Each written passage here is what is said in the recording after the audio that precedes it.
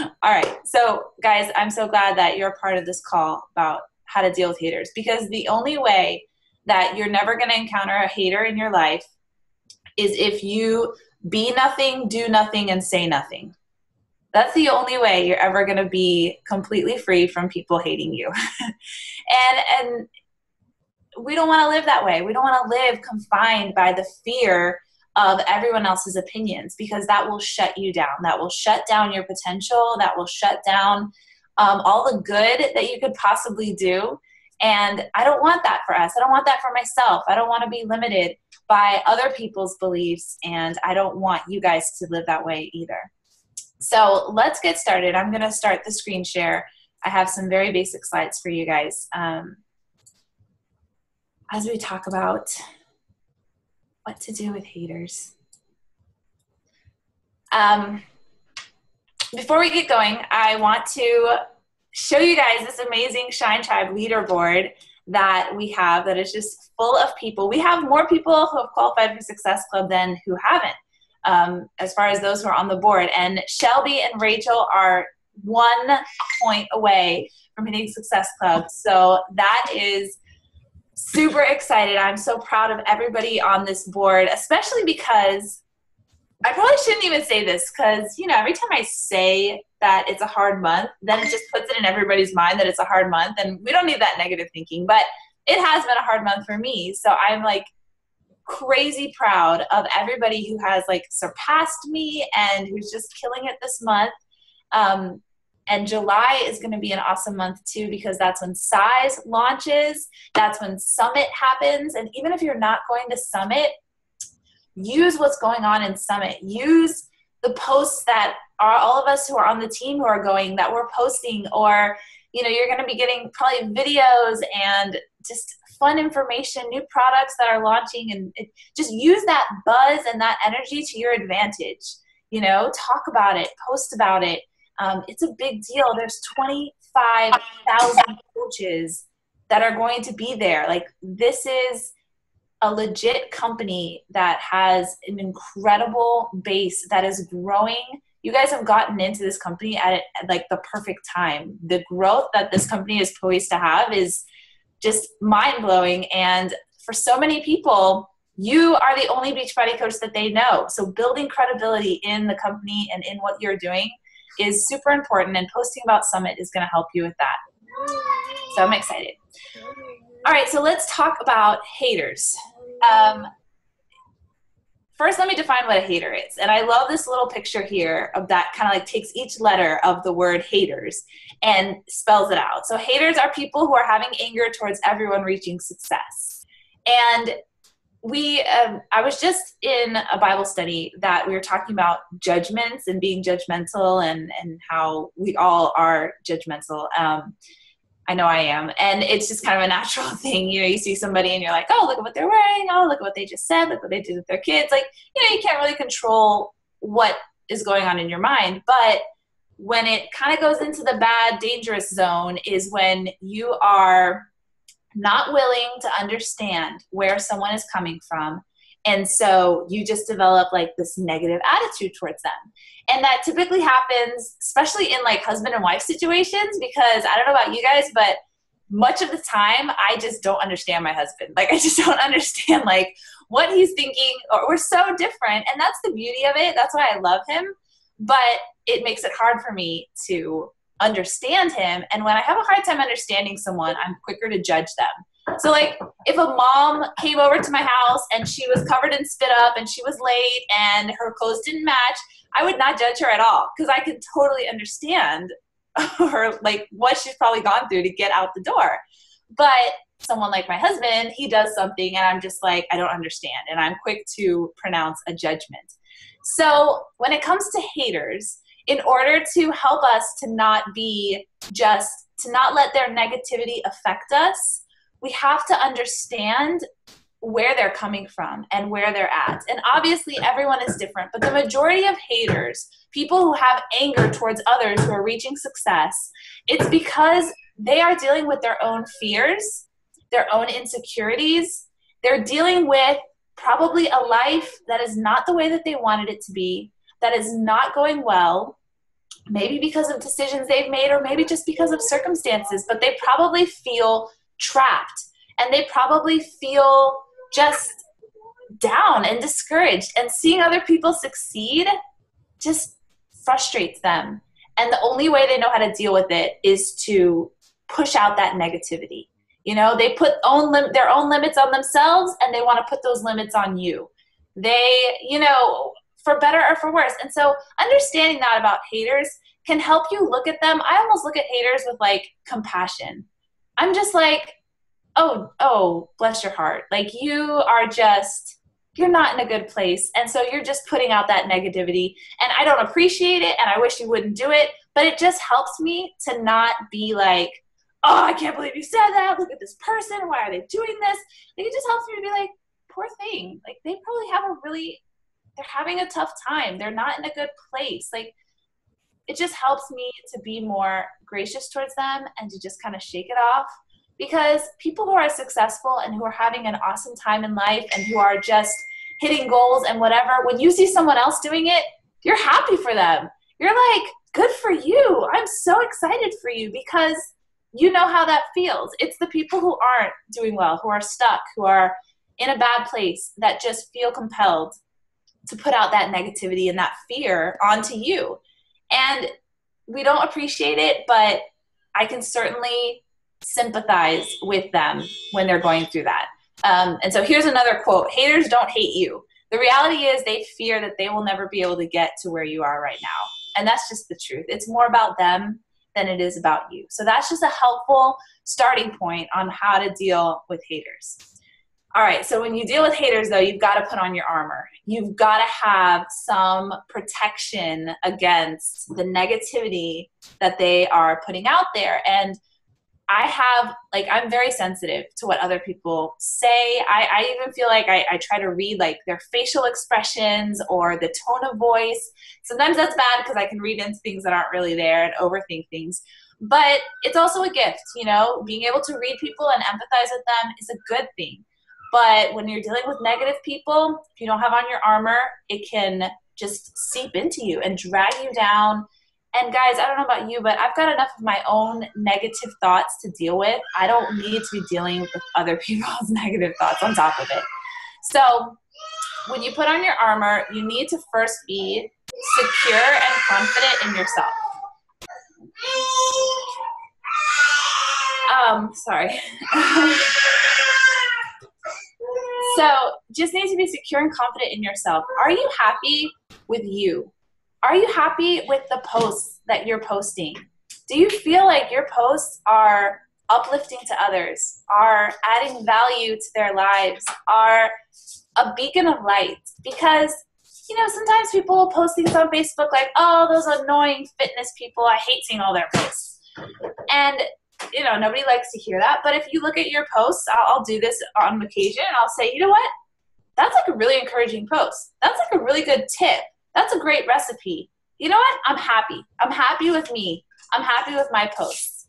And 9 times out of 10, people who make those comments on Facebook might not even be thinking about you. So as long as you're happy with you, with your posts, with the way your voice is on Facebook, and if you want to ask your husband or ask somebody, you know, one of us, hey, could you look at my posts? Are they good? Are they annoying? Are they too salesy? You know, if you need that, you know, affirmation from someone else, feel free to reach out for it. But do you feel comfortable with your voice? Do you feel comfortable with how you're talking?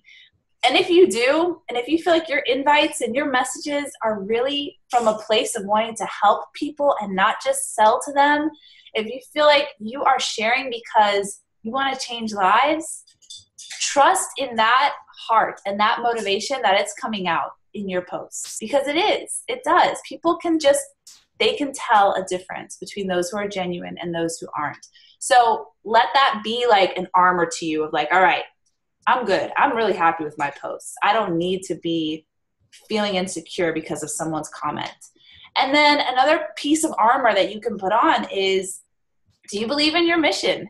Do you believe that helping women get healthier is really going to not only change their lives, it's going to help their relationship with their husbands, it's going to help their relationship with their kids, it's going to help them when they want to do other things like serve in their church or in their community or help their family, their parents who are sick. Like, helping women be healthy, it just ripples out, because as we know, moms and women, we are givers. We just can't help ourselves, but we just want to like help everybody and give to everybody. So strengthening women like that is so much more than helping one person. You're helping maybe 100 people from her life that she can touch and help. So when you believe in your mission, when you believe in the products and what you're doing and the power of an encouraging comment or the challenge groups, when you believe in that, that just helps you to say those negative comments, like, it's just bouncing off, because I know what my mission is. I believe in it. I know what my posts are saying. I know what I stand for, and I stand behind that 100%. And so that just helps me. Every time that I hear a negative comment, I just kind of have to like take a step back, look at my posts, look at my mission, and be like, I'm good. I honestly have no problem with who I am in any way. Now, I'm going to just throw in something real quick that I just did a blog post, and I haven't really publicly sort of shared it, but if you follow my blog and you get my automatic updates, you may have seen it. I just did a blog post about how recently I have been challenged in my voice on social media and how I've kind of shied away from sharing my spirituality and my belief in God and scriptures and things like that that are very near and dear to my heart, but I've kind of shied away from it because I haven't, as my reach has gotten bigger and more public, I haven't wanted to like offend people. Before, all my friends were pretty much church people, so I was like, you know, they're on the same page as me, I'll just share. And I've kind of shied away from that, and I've been convicted, like, Vanessa, that's not who you are. You need to be true to who you are. So I have been just sharing more about my spirituality, sharing more about scripture and what God is teaching me, because that's who I am. So if you're going over your posts and you do feel like, oh, I don't know if this is sitting right, I don't know if this is really me, it's okay to work through that and for it to be a little messy and for you to kind of, okay, I think I'm sharing a little too much about fitness. Okay, now I think I'm sharing a little too much about just my kids all the time. Okay, now I think I'm sharing a little bit too much about just recipes. Like, it's okay if it takes you some time to find that perfect voice. And sometimes people's comments can make you sort of take an audit of yourself and your posts. And that's good. That's okay. But knowing that your heart is always to serve and give and help and believing in the mission, that's going to keep you, you know, moving forward and finding that true, authentic voice. But you don't need to be dragged down by it. You don't need to let it, for more than like a minute or two, make you like, oh, well, I probably should post a little more about my spirituality. All right, I'm going to do that and then move forward. Don't need to let the haters get me in a tailspin for like a week over it. All right, so then what do you do with haters? There are a couple of options. The two main ones are fight or flight. So those are, that kind of, you know, people have a natural tendency, depending on their personality, to either fight when they come up with opposition or just flee, run away, hide under a rock. I don't want, you know, I'm running. I don't want to encounter this. So depending on your personality and what you feel like is best, and you might want to talk, I would encourage you to talk to your husband or a success partner or your upline, me. But there is a place for you to answer people back, especially if they are specifically talking to you and sharing with you. I would encourage you to ask questions. You know, what about my posts make you feel uncomfortable? Is there a certain thing that I'm doing or saying that, you know, you feel like is inappropriate?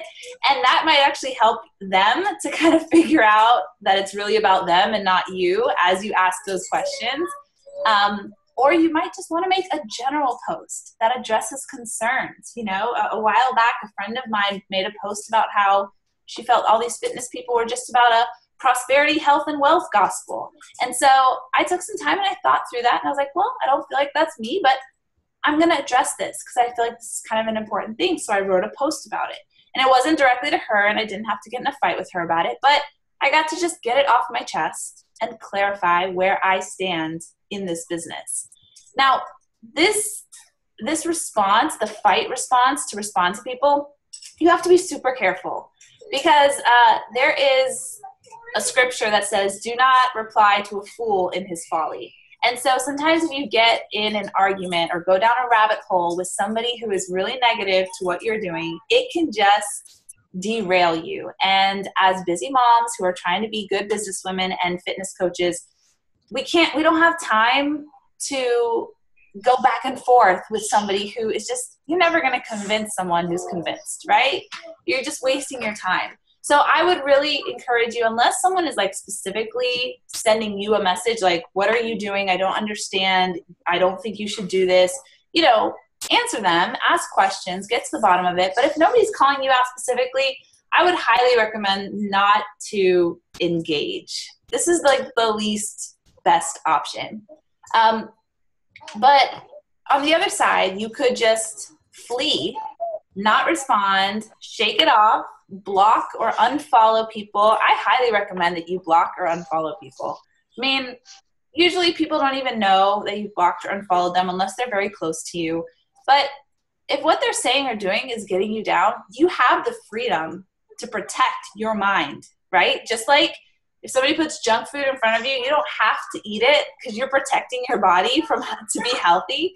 Protect your mind. If unhealthy things and posts, and if somebody is just being like consistently negative and attacking what you're doing, cut it off. Get it out of your life. Protect yourself. Protect your mind. Protect your mental and spiritual health by just removing it from your newsfeed. You have freedom. It's your newsfeed. They can block you and you can block them, and it might be better if that happens. So let me just give you the freedom. Like, it's not mean. For a while I felt like, oh my gosh, it's so mean. I can't block somebody. I can't unfollow them. And then I was like, it's not mean. That's just me doing what I feel like I need to do to protect myself.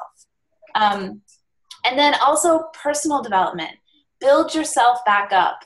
There are certain chapters from books that I've read in the past that I just have them folded down. I have them highlighted. Sometimes I just need to go back and read that one chapter.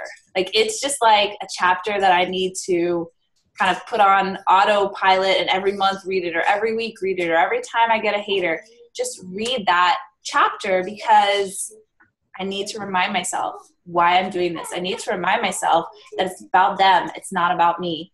And that just helps me to shake it off and not let myself get into a funk for a week or 2 weeks or 3 weeks. And it will affect your business if you let it. It will affect your personal health journey if you let it. And so it's really important to just protect yourself. Fight for positivity and talk to your success partners. Sometimes you just need to vent and then you feel better and then you move on, and it doesn't have to derail you. Because guys, we are the Shine Tribe. We are building not only physical health, we're building businesses. We're influencing others. We're taking a stand, a public stand that being healthy is good. And as crazy as it sounds, like, who would have a problem with that? People have problems with that for some reason. But their opinion is not your reality. Their opinion is their opinion. And if that makes them happy to eat ice cream every night, if that makes them happy to be very overweight, if that makes them happy to be going from temp job to temp job, then that's what makes them happy. And what makes me happy is helping others, being healthy, and building a team and influencing as many people as I can. It just makes me happy. So I'm going to do it. I'm not going to worry about what makes other people happy. They have the right to do whatever they want with their life. So as you continue to grow in your leadership, as you continue to grow in your team, this only becomes a bigger and bigger issue.